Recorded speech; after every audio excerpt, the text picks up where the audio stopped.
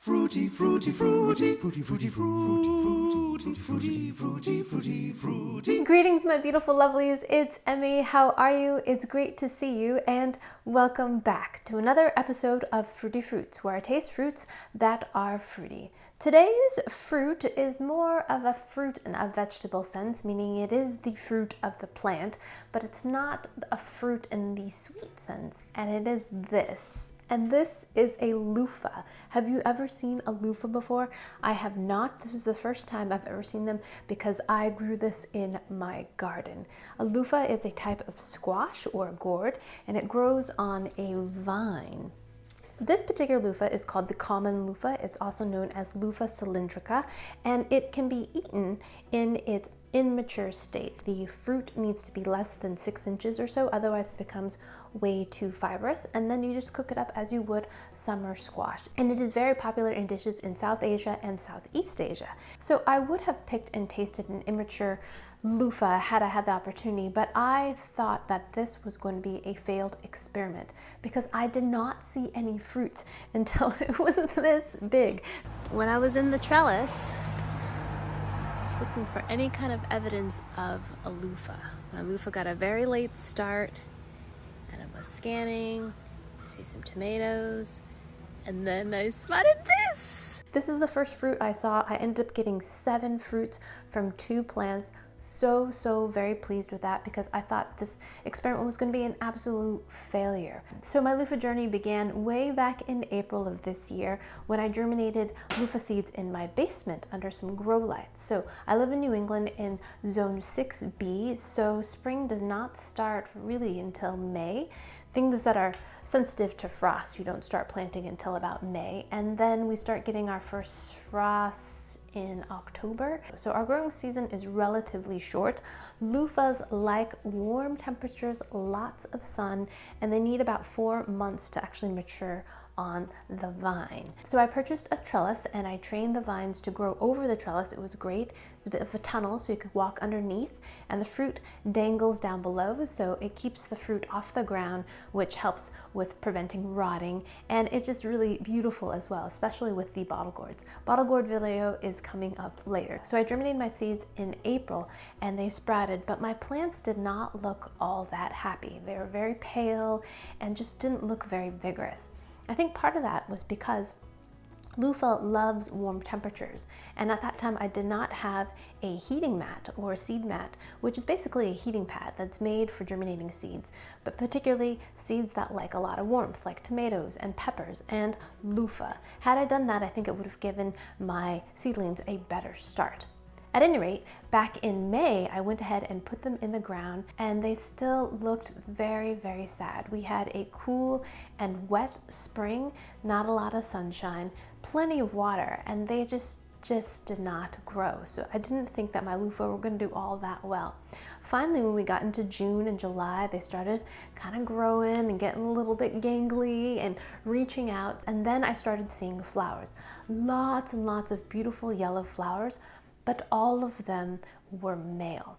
So like my giant pumpkin, if you follow me on Instagram, you know that I attempted to grow a giant competitive sized pumpkin. They're in the squash family, cucurbits, and they're monoecious, meaning the same plant has both male and female flowers. Now you need the pollen from the male flowers to fertilize a female flower, the ovary of the female flower, and that will produce a fruit. So initially when the plant begins flowering, you'll see many male flowers, and I've read this is to attract pollinators, but you will see very few females. In a pumpkin, it's about a ratio of 1 to 10. I also raise honeybees, so I wasn't really concerned with pollination because we have so many pollinators around. But if you do not, you may have to hand pollinate, meaning you take a male flower, you pull back the petals, you rub the pollen onto the female flower, and you'll see the next day that it'll close up. And what happens is the pollen travels down into the ovaries, fertilizes it, and then a fruit begins to form. In fact, if you look on this loofah right here, this is the blossom end. So this is the remaining part of the flower that was fertilized by a pollinator with some pollen, and then below it below the flower, the fruit begins to form. My trellis was absolutely covered with vines. Both bottle gourd and loofah vines covered the entire thing, and I did not spot any fruits. I did not spot any female flowers, and I thought for sure I wasn't going to get anything. But so it goes with squash. Fruits are very good at hiding. As we progressed more into fall, more fruits started to reveal themselves. Here is another one. This one is much darker in color. If you live in a warmer climate, to cure a loofah, you just allow it to dry right on the vine, and this will turn a kind of dark brown color, and the skin will get kind of crispy, and you'll squish it, and you'll feel the fibers underneath. If you live in an area like I do, a zone 6B, a zone 6, you'll get a relatively early frost, and I've read that it's important to pick these and bring them inside and allow them to cure inside, because the frost will damage the fruits and they can rot out. So that's why I went ahead and picked them. So the reason why we're going to peel this is that it's going to reveal a fibrous structure inside that we can use for exfoliating, for scrubbing, or for washing dishes. Kind of like this sponge right here. This is store-bought. This is a sponge here, and then on this side is a piece of loofah, which is the fiber that's inside of this fruit. So you can use it to scrub dishes, you can use it to exfoliate your skin. Although I've read that because loofah is so absorbent and your bathroom tends to be very humid, bacteria can grow in your loofah. It can also grow on your little scrubby things in your bathroom. So it's important to make sure that they get really dry if you do use them to exfoliate your skin, or you can dip them in a solution of bleach water. I'm not planning on doing that. I'm just going to use it to scrub my dishes. So cool. So I might try to do that, but I first need to get the fibers out of the loofah and allow it to dry.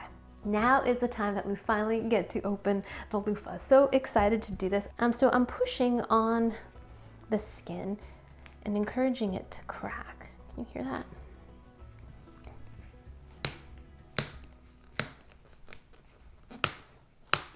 The spoon's giving me just a little bit more leverage to break through the skin. So when people asked me about my garden, I said I was very excited because I was growing loofah, and many people were shocked. They thought that loofah was an underwater sponge of some sort. And I said, no, it's a vegetable. It grows on a vine. So cool. Oh my gosh, this is so cool. So I'm just breaking it along the seam here so I can reveal to you the loofah inside. This is so cool. If you do this when the loofah is dry, it just peels right off, or comes off in strips. And just take my thumb and just peel this back. Look at that. And it reveals the fibers inside. Look at that. So this would be way too tough to eat in this form. Isn't that great? So cool. Okay, so just peel it back.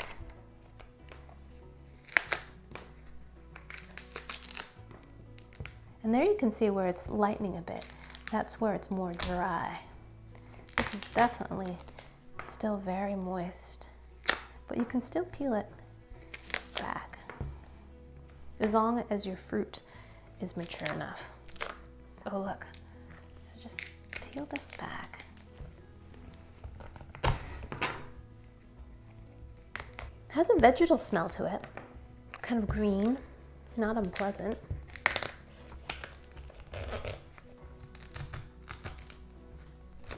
And the 4 others are still on the vines right now. I want to see if I can allow them to cure over the winter and see what happens. I've read that molding can happen. So there you have it, the loofah completely peeled.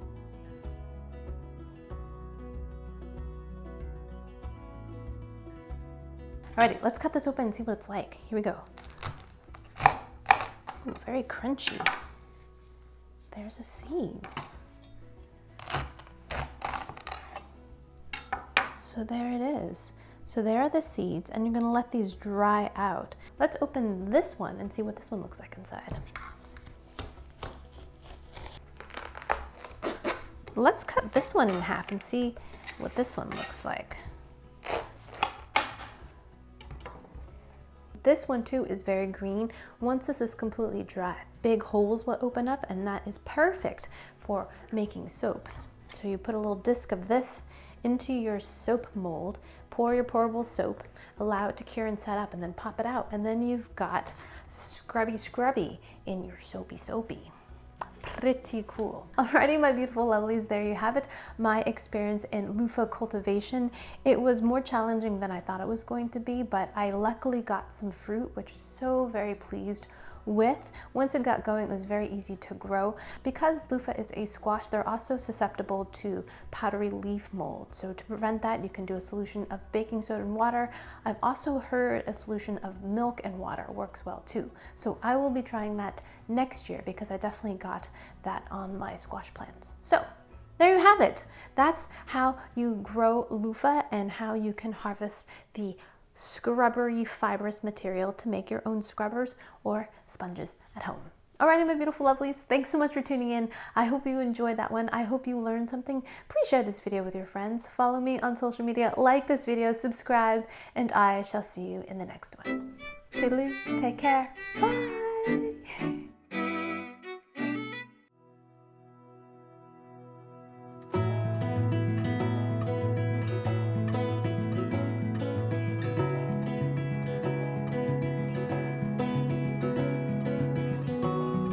I'm a unicorn.